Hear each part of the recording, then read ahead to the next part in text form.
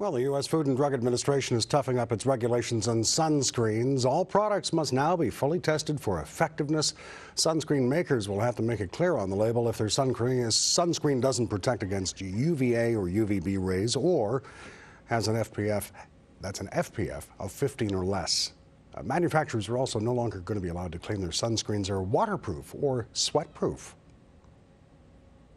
Engineers Without Borders today joined several members of Parliament to highlight the inefficiency of Canada's foreign aid efforts.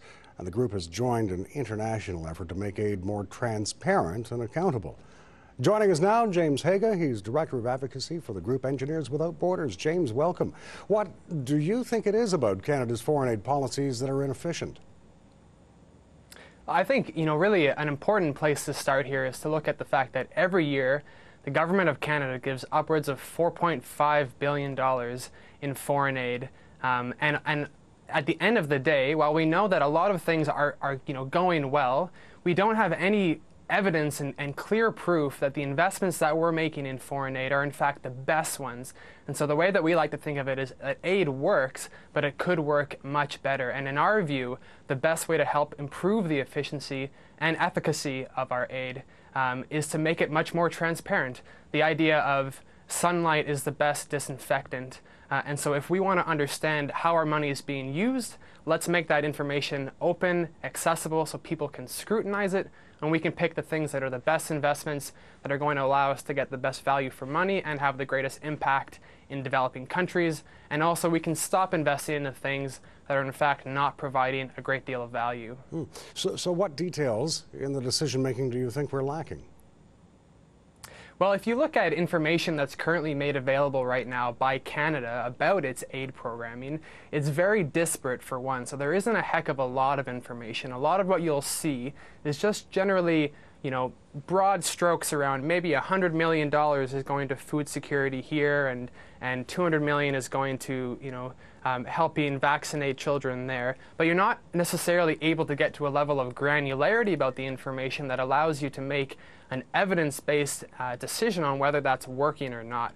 What the International Aid Transparency Initiative is calling for is an international standard in how aid information and data needs to be shared, and that would be in a common format so that everyone, all these donors, Canada, the UK, Germany, everyone would be providing aid would be able to make their information about what they're doing and how they're doing openly accessible, and then we're able to compare and contrast and see which countries are doing things much more effectively and ensure that we're then able to try and follow suit with those things and get the most bang for our buck with the aid money that we're currently giving. And we think this is a terribly important thing in general terms, but also at a time when Canada is in a time of budget cutbacks. Canadians also deserve to know where their money is going and that we're doing as best we can to make it efficient.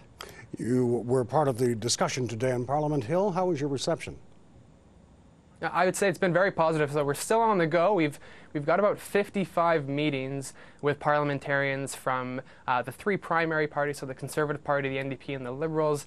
We had a press conference this morning with all party support, so we had MPs from the three parties there pledging their commitment to improve the way that Canada is delivering aid and ensuring that we become more transparent. And the idea there was just, the government is going to be willing to take on a good idea when they see one, and we really think this is a good idea, and that's why we're here to talk to parliamentarians today about making that next step in making Canada's aid more effective. And just one quick thing to say is that everything that we're doing isn't bad here. There are many things that the government has done in recent years that are laudable. In fact, in the G8 summit that was recently held in Canada, the Canadian government led an initiative to have a G8-wide accountability mechanism and accountability report that ensures that countries are being held to the promises that they make. We think that's fantastic, and our suggestion is that the next step in that increased accountability and transparency is to sign on to the International Aid Transparency Initiative.